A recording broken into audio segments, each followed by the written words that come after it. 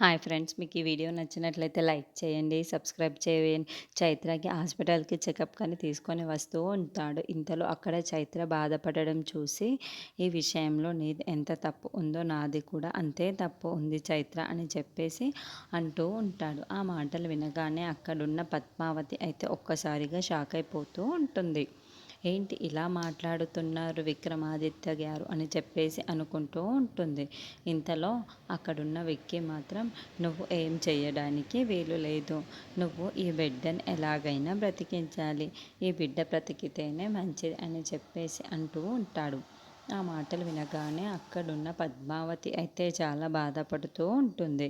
ఇంతలో అక్కడున్న చైత్ర అయితే చాలా thanks Vicky, I love you Vicky అని చెప్పేసి తనని గట్టిగా హగ్ చేసుకుంటూ ఉంటుంది. అది చూసిన పద్మావతి అయితే ఒక్కసారిగా షాక్ అయిపోతూ ఉంటుంది. ఏంటి వీళ్ళిద్దరు ఇంత క్లోజా? అలాంటప్పుడు నన్నెందుకు పెళ్లి చేసుకున్నాడు అనుకుంటున్నాడు అంటూ ఉంటుంది. ఇంతలో అక్కడున్న చైత్ర అయితే నువ్వు నాకు సపోర్ట్‌గా ఉంటే చాలు. ఇంకేమీ అవసరం లేదు. నువ్వు నా పక్కన ఉంటే చాలు. నాకు ఇంకేమీ వద్దు అని చెప్పేసి అంటూ ఉంటుంది. ఆ మాటలు వినగానే అక్కడున్న పద్మావతి అయితే చాలా బాధపడుతూ, ఏడుస్తూ అక్కడి నుండి వెళ్ళిపోతూ ఉంటుంది.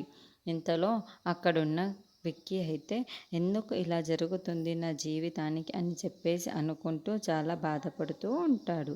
ఇంతలో అక్కడున్న చైత్ర మాత్రం నువ్వు విక్కీ ఉంటే చాలు విక్కీ, నాకు ఇంకేమీ అవసరం లేదు విక్కీ, ఇప్పుడు ఈ బిడ్డను మనం ఇద్దరం పెంచుకుందాం విక్కీ అని చెప్పేసి అనుకుంటూ ఏడుస్తూ ఉంటుంది. అది చూసిన విక్కీ అయితే ఓదారుస్తూ, అది వినగానే విక్కీ తనని ఓదారుస్తూ ఉంటాడు.